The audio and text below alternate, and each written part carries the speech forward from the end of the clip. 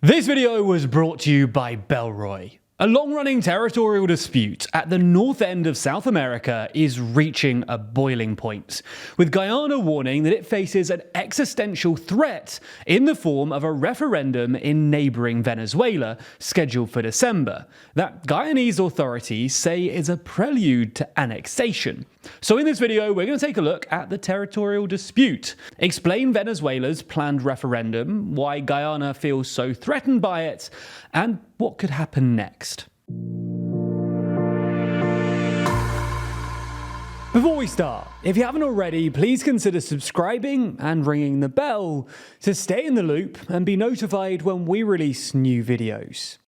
The region in question, known as Essequibo, covers nearly 160,000 square kilometers to the west of the Essequibo River, which runs south to north, splitting Guyana in two. The area is currently controlled and administered by Guyana, despite Venezuela's claim, and is actually split into 6 administrative regions, although some of these regions cover territory on both the west and east side of the river. Essequibo makes up more than 2/3 of Guyana's total territory, and while population estimates vary, it's thought to be home to around 125,000 of Guyana's 800,000 citizens. Now, the vast majority of Essequibo, like Guyana as a whole, is a dense rainforest, home to rich biodiversity and beautiful natural features.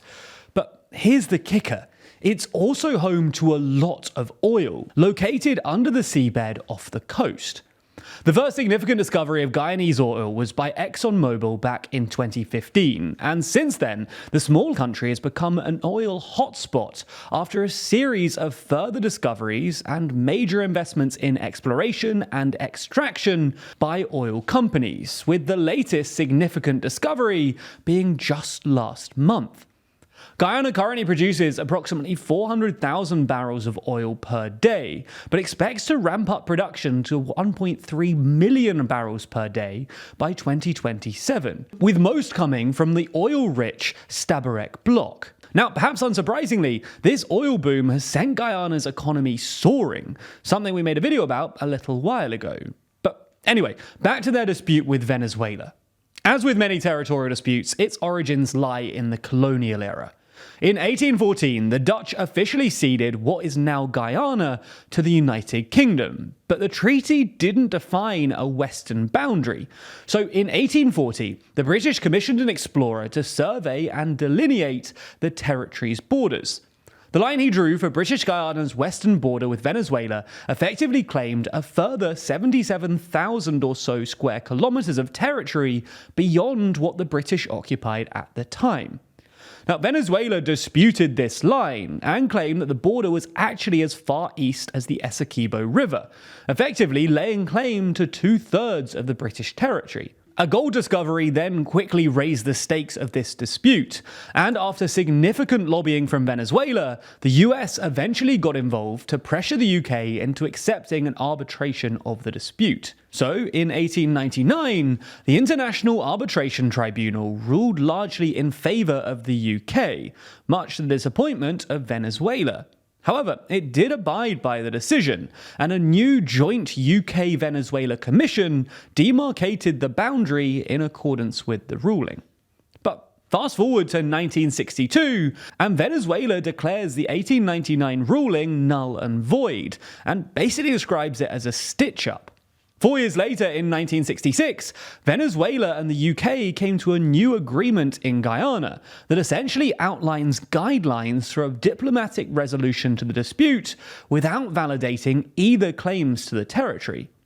Around this time, Guyana gained its independence from the British, so the dispute was suddenly between Venezuela and a newly independent Guyana.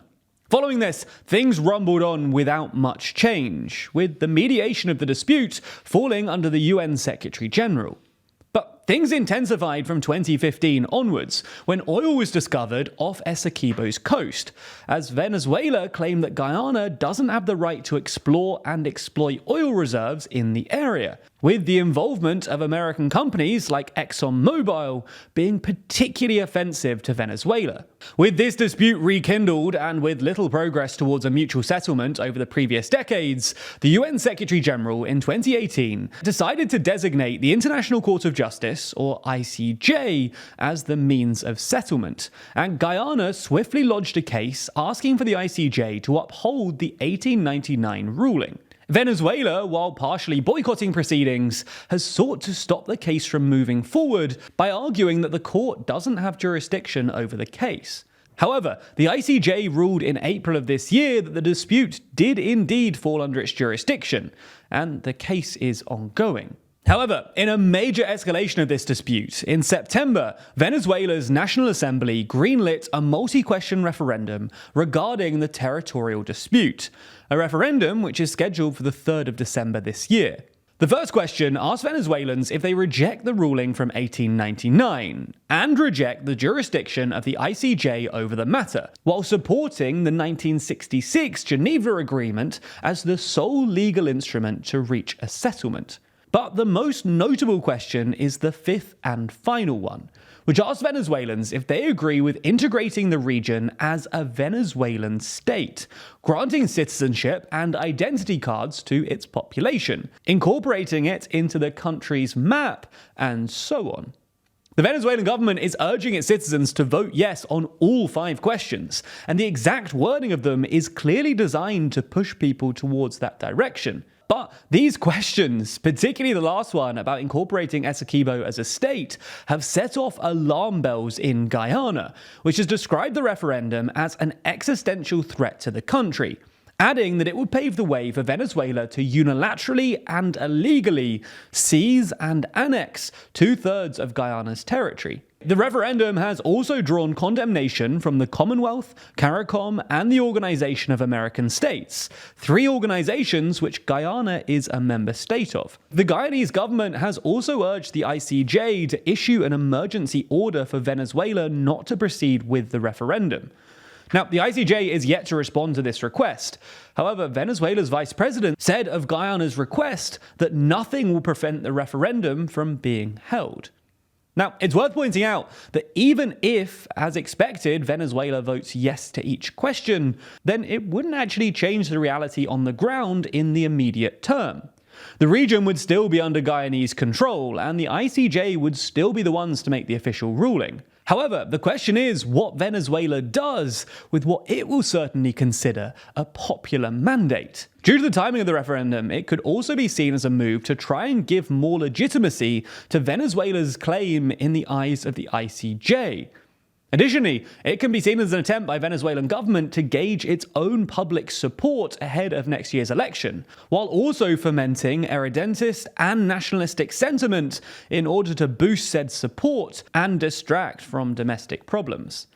However, there are also fears of something more sinister. Guyana has denounced the reported deployment of between 150 and 200 Venezuelan troops near the border, which Venezuela say are there as part of an operation against illegal mining. For its part, the Venezuelan ambassador has insisted that the country would never invade Guyana, and that there is no intention whatsoever of creating a conflict or something like that.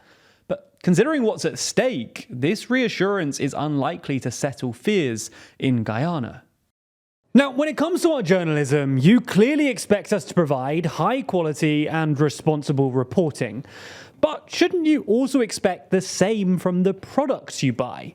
I certainly do, and that's why for the last few years I've been exclusively using wallets, phone cases, and passport cases from Bellroy, which is why I was super excited to hear that they wanted to sponsor some of our videos. As a loyal Bellroy user for the past few years now, I know quite how reliable and high quality their products are.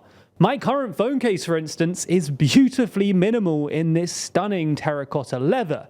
That leather, by the way, is eco-tanned and achieved a gold rating from the Leather Working Group, recognizing excellence in environmental and labor practices. It's also just a beautiful, high-quality material that, in my experience, only gets better with age. Bellroy don't just talk about their environmental credentials either.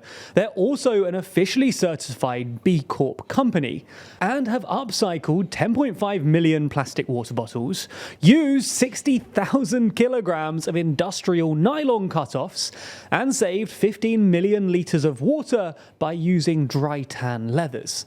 Their products are also just great to use.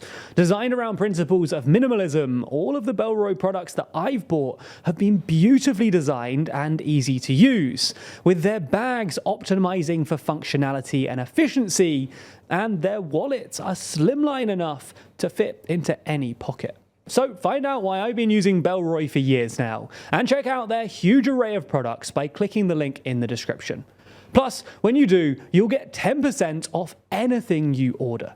Thanks to Bellroy for supporting the channel, and thanks to you for using our link.